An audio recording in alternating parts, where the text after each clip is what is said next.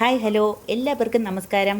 ഇന്ന് നമ്മൾ തയ്യാറാക്കാൻ പോകുന്നത് വളരെ ടേസ്റ്റി ആയിട്ടുള്ളതും സിമ്പിളായിട്ടുള്ളതുമായ റെസിപ്പിയാണ് മുഗളായി മുട്ടക്കറി. അപ്പോൾ നമുക്ക് വീഡിയോയിലേക്ക് പോകുന്നതിന് മുന്നേ ഇതുവരെ സബ്സ്ക്രൈബ് ചെയ്യാത്തവരുണ്ടെങ്കിൽ ഒന്ന് സബ്സ്ക്രൈബ് ചെയ്തേക്കണേ.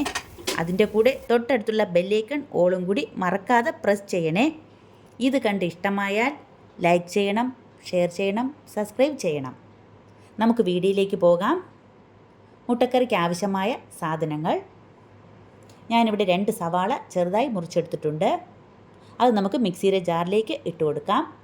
10-15 അണ്ടിപ്പരിപ്പ്, 5-6 അല്ലി വെളുത്തുള്ളി, ഒരു ചെറിയ കഷ്ണം ഇഞ്ചി ചെറുതായിട്ട് അരിഞ്ഞത്, 6 പച്ചമുളക്. കുറച്ച് വെള്ളവും കൂടി ചേർത്ത് നമുക്കൊന്ന് മിക്സിയിൽ അരച്ചെടുത്തിട്ട് വരാം.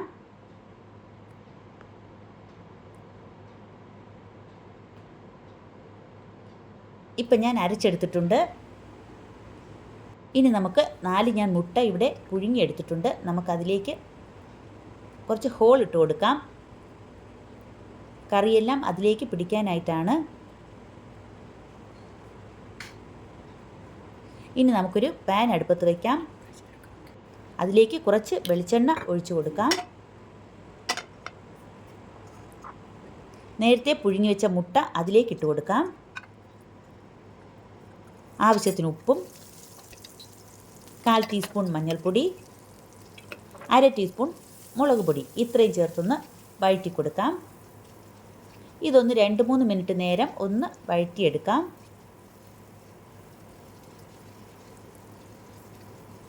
ഇപ്പം നമ്മുടെ മുട്ട ഫ്രൈ ആയിട്ടുണ്ട്. ഇനി സ്റ്റൗ ഓഫ് ചെയ്യാം.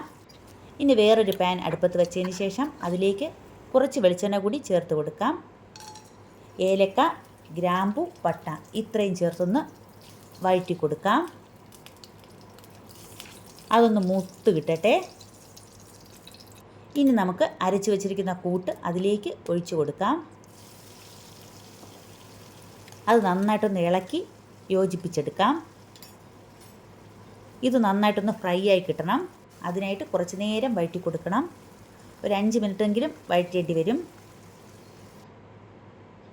സ്റ്റൗ മീഡിയത്തിലായിരിക്കണം, അല്ലെങ്കിൽ അത് കരിഞ്ഞു പോകും. ഈ കറി നമുക്ക് അപ്പം, ഇടിയപ്പം, ചപ്പാത്തി, പൂരി ഇതിൻ്റെ കൂടെ എല്ലാം കഴിക്കാൻ പറ്റിയ കറിയാണ്. ഇപ്പോൾ ഏകദേശം അത് ഫ്രൈ ആയിട്ടുണ്ട്. കുറച്ചും കൂടി ഒന്ന് ഫ്രൈ ആവാനുണ്ട്.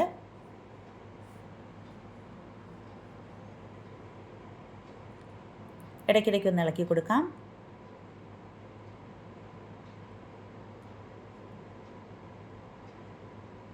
ഇനി ഇതിലേക്ക് 1/2 ടീസ്പൂൺ മഞ്ഞൾപ്പൊടി, 1 ടീസ്പൂൺ കുരുമുളക് പൊടി, 1 ടീസ്പൂൺ ഗരം മസാല ഇത്രയും ചേർത്തൊന്ന് വഴറ്റി കൊടുക്കാം. അതിൻ്റെ പച്ചമണമൊക്കെ ഒന്ന് മാറിക്കിട്ടട്ടെ. ഇനി ഇതിലേക്ക് കുറച്ച് വെള്ളവും കൂടി ചേർത്ത് ഒന്ന് നന്നായിട്ടൊന്ന് തിളപ്പിച്ചെടുക്കാം. ഇടയ്ക്കിടയ്ക്ക് ഇളക്കി ഒന്ന് നന്നായിട്ടൊന്ന് തിളച്ച് വരട്ടെ.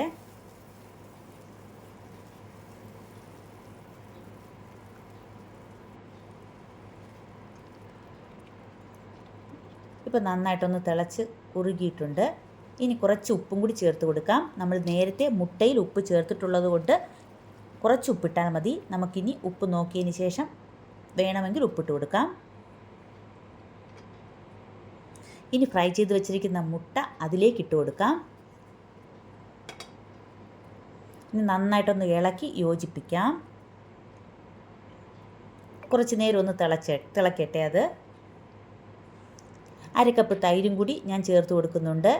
അധികം പുളിയില്ലാത്ത തൈര് ചേർക്കുന്നതാണ് നല്ലത്.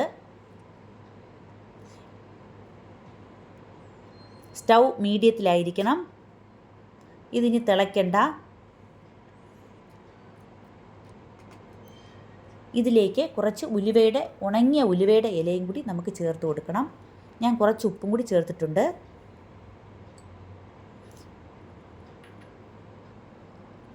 ഉലുവയുടെ ഇലയാണ്. എല്ലാ സൂപ്പർ മാർക്കറ്റുകളിലും ഇത് കിട്ടും. ഇനി ഇതിലേക്ക് കുറച്ച് മല്ലിയിലയും കൂടെ ചേർത്ത് നമുക്കൊന്ന് ഇളക്കി യോജിപ്പിക്കാം. ഇപ്പം നമ്മുടെ മുഗളായി മുട്ടക്കറി റെഡി ആയിട്ടുണ്ട്. ഇനി നമുക്ക് സ്റ്റൗ ഓഫ് ചെയ്തിട്ട് വേറൊരു പാത്രത്തിലേക്ക് മാറ്റാം.